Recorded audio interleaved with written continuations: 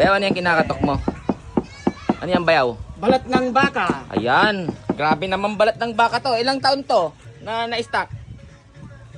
Ilang taon to Kulang na isang taon. Isang taon? Na nakalatag lang sa bubong. Ayan, oh. Grabe guys. Kulang na isang taon to. Kulang na isang taon. Sobrang tagal. Ayan, oh. Pinamahayan na ng gagamba. Balat po ng baka to. Kasi tingnan nyo naman dito pa yung balahibo. Ay, ayan, oh. Tingnan mo guys, oh. Oh, yan pa yung balahibo niya. So ito, mangyayari dito, gagawin pulutan. Hindi kaya ng lagari. Sobrang tigas at sobrang ano niya. Ayan. Kukus-kusin lang ito. Tapos, ibababad sa, ano boss, pinakulang tubig.